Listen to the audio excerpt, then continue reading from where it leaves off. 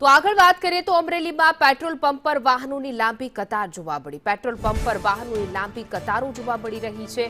લાઠીમાં પૂરતું petrol diesel આપવામાં આવે છે। ડીઝલ પેટ્રોલ લેવા લોકોની ભીડ જોવા મળી હતી। લાઠીમાં પેટ્રોલ પંપ પર પૂરતો જથ્થો છે, જેના કારણે સૌ કોઈ લાઠીના પેટ્રોલ પંપ તરફ વળ્યા હતા અને ત્યાં વહેલી સવારથી જ ટ્રેક્ટર લઈને ખેડૂતો પહોંચી ગયા છે। પોતાના વાહનો લઈને, કેરપા લઈને ડીઝલ પુરાવવા માટે ખેડૂતોની લાંબી કતાર જોવા મળી રહી છે, કારણ કે અમરેલીમાં પેટ્રોલ પંપમાં પેટ્રોલ અને ડીઝલ ખૂટી ગયા છે, જેના કારણે લાઠીના પેટ્રોલ પંપ પર મર્યાદિત જથ્થો હોવાને કારણે સૌ કોઈ લાઈન લગાવી અને ડીઝલ પૂરવા માટે લાઈનમાં ઊભા છે।